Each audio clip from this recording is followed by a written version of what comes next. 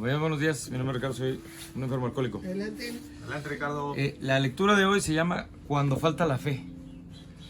A veces el programa de AA les resulta más difícil a aquellos que han perdido o han rechazado la fe que a aquellos otros que nunca la han tenido. Porque los primeros creen que ya han probado la fe y no les ha servido de nada. Han probado el camino de la fe y el camino de la incredulidad. Esto es del 12 Pasos y 12 Tradiciones. A mí me pasa eso, o probablemente todos lo hemos sentido en algún momento, ¿no? A mí me pasa, por ejemplo, con las dietas. Cuando de repente veo a algún amigo o alguna amiga y está súper delgado, ¿no? Y entonces me dice, es que estoy en la dieta keto o en la dieta tal, ¿no? Y una dieta que yo ya hice. Y entonces, como que digo, como que la veo y espero que me diga que está haciendo algo nuevo, que está haciendo algo diferente que yo no haya probado, porque a lo mejor esa es la dieta maravilla que me va a servir a mí para bajar de peso perenne, para siempre, ¿no? Pero cuando me dice que está haciendo la keto, que yo ya conozco y que hice y medio me funcionó, pero como no la hice bien, terminó no funcionando, entonces me decepciono. Y es más difícil que le entre a la keto nuevamente como le está entrando ahorita a mi amiga, la que está delgada, que le está entrando con fe, ¿no? Le está entrando con Toño. Eso es un poco lo que pasa en AA, ¿no? Cuando llegamos a AA, muchos llegan peleados francamente con Dios. O sea, llegan en una actitud francamente desafiante con Dios. Porque sienten que Dios los ha abandonado, que Dios les ha fallado. Que si Dios existiría, pues además de que no existiría el hambre, no existirían las guerras, no existiría la desigualdad, el odio, la envidia, la soberbia, tampoco hubiera permitido Dios que yo llegara con mi enfermedad hasta donde llegué. O que es más, si Dios es tan bondadoso como dicen, a lo mejor ni siquiera me hubiera enfermado. No existiera la enfermedad, en fin. Entonces, muchos compañeros llegan así. Y lo que dice la lectura de hoy es que a veces es más fácil que los otros compañeros que nunca han tenido fe, o sea, que siempre han sido ateos, porque obviamente en los grupos habemos de todo, ¿no? Habemos ateos, agnósticos, católicos, judíos, de todo, ¿no? Y cuando llegamos nos autodenominamos con algún credo. Muchos llegan francamente ateos. Y vale la pena hacer esa reflexión porque hay una de las cosas que estoy aprendiendo ahora en psicología. El cerebro está dividido en muchos pedacitos, ¿no? Y cada uno de esos pedacitos, las convulsiones, de las arruguitas del cerebro, Broman las catalogó, les puso numeritos, ¿no? Y entonces está del 1 al 60 y tantos, ¿no? Y cada una de esos pedacitos del cerebro se encarga de algo. La parte que está aquí, en el lóbulo frontal, en el neocórtex, o sea, en la parte más... El cerebro tiene tres partes: el cerebro reptiliano, el cerebro límbico y el neocórtex, la parte de hasta arriba. Entre más arriba está, se encarga de cosas más complicadas, ¿no? Digamos, más humanas. Y entre más profundo, o sea, el reptiliano se encarga de las cosas instintivas. El límbico se encarga de las emociones y el neocórtex de la razón y el pensamiento. Entonces, de esta última parte del neocórtex, la parte frontal es la última que se desarrolla. Se desarrolla en la adolescencia, hasta los 21 años, entre los 13 y los 21. Que es fácil ver en un adolescente cómo va cambiando su actitud. Porque de hecho, anatómicamente está empezando a generar esa parte del cerebro. O sea, ese cerebro que si yo lo veo parece que está completo, en realidad esas conexiones no se realizan. Empieza a haber conexiones en las neuronas que están ahí adelante en esa edad. Por eso es tan contraindicado que los adolescentes beban o consuman sustancias, porque interrumpen ese sano crecimiento de esas neuronas. Si los adolescentes beben alcohol o consumen drogas digamos, entre los 3 y los 21 años, es peor porque esas interconexiones no se dan.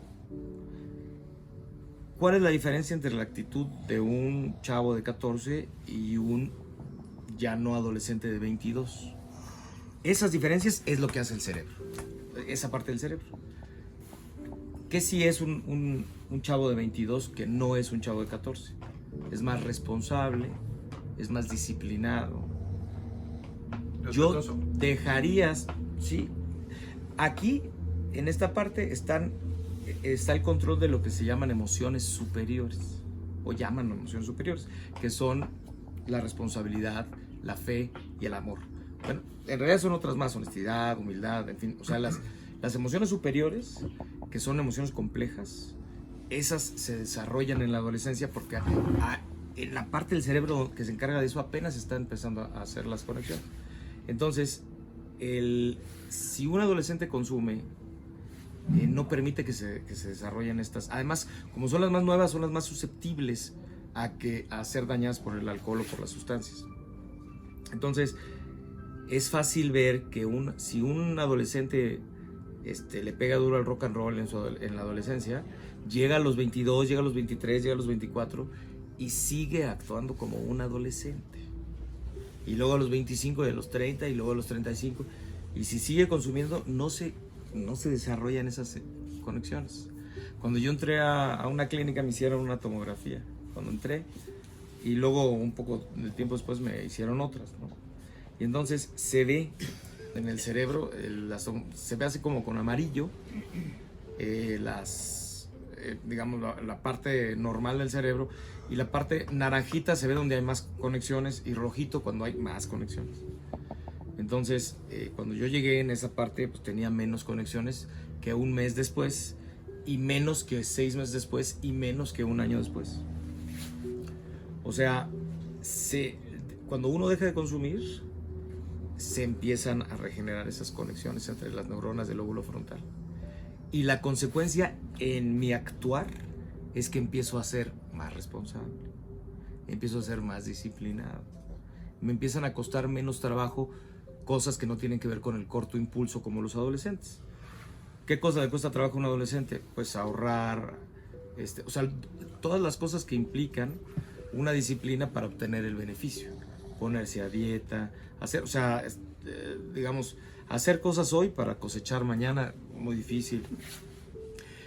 Y el amor.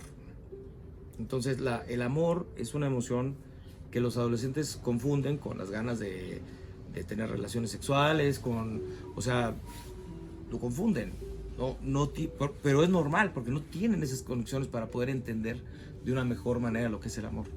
Entonces, ¿qué sí tienen ya desarrollado? Pues el instinto sexual, ese está ahí desde que nacieron, o sea, desde que nacimos. Pero el instinto sexual lo ve el cerebro reptiliano. El amor lo ve el lóbulo frontal en el neocórtex. O sea, son cosas bien diferentes y un adolescente los confunde. Entonces, ¿cuál es la bronca? Que esa misma parte, la que se encarga del amor y de la responsabilidad, se encarga de la fe. Entonces, pedirle a un adolescente que tenga una idea más o menos clara de Dios o de su relación con Dios, pues es lo mismo que pedirle que sea responsable, o lo mismo que pedirle que entienda el amor. Simplemente no puede. Entonces, cuando los compañeros como yo, o yo, empecé a consumir en la adolescencia y no he dejado de consumir, entonces, ¿cuál puede ser mi entendimiento de Dios? ¿Cuál puede ser mi relación con Dios?